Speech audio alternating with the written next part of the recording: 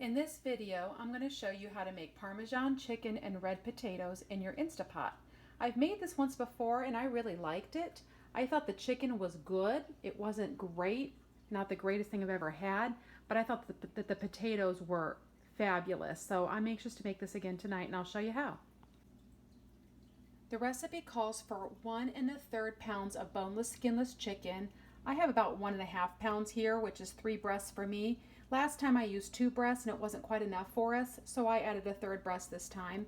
You're just going to season that with salt and Italian seasoning on both sides. I don't like a whole lot of seasoning, so I'm going to do it kind of sparingly, but I just have a ready-made Italian seasoning that I bought somewhere, and you can make your own or buy whatever you want.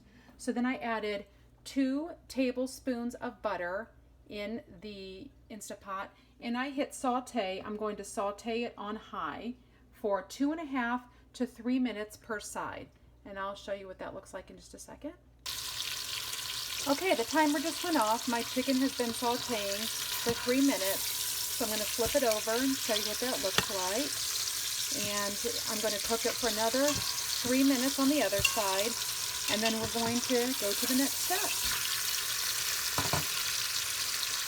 All right, so the chicken is done. It cooked for 3 more minutes on the other side. So I'm going to add 2 pounds of red potatoes. You don't want them, I'm going to cancel that. You don't want them cut in too small of pieces or they're going to get a little mushy when you cook them. So I left them kind of large. 2 pounds of potatoes. You're going to season those with salt. And I have a rosemary herb seasoning that I'm going to use. So a little bit of rosemary.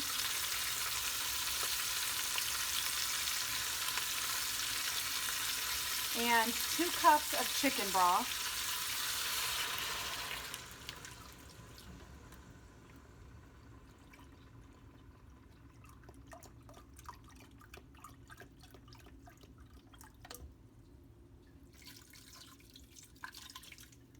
And a clove of garlic.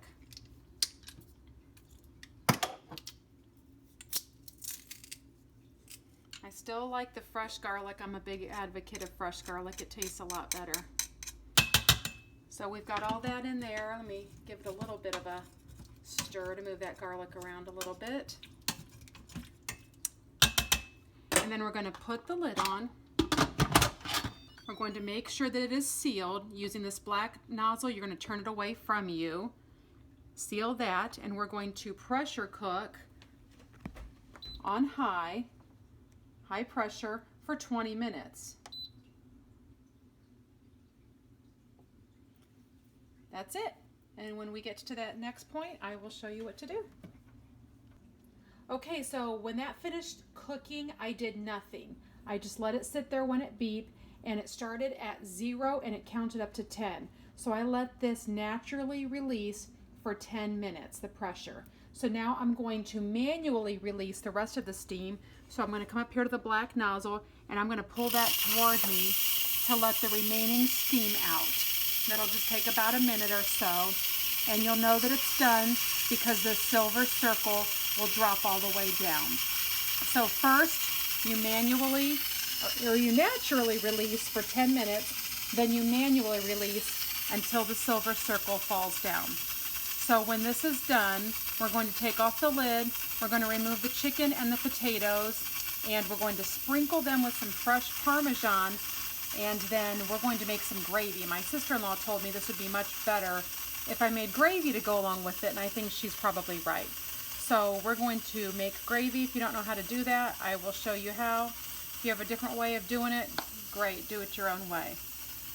All right, well, the hissing is slowing down, so I know it's about done. And in just a moment, that silver circle will drop down. I don't really, Biff, do you have a joke for us? While we're waiting?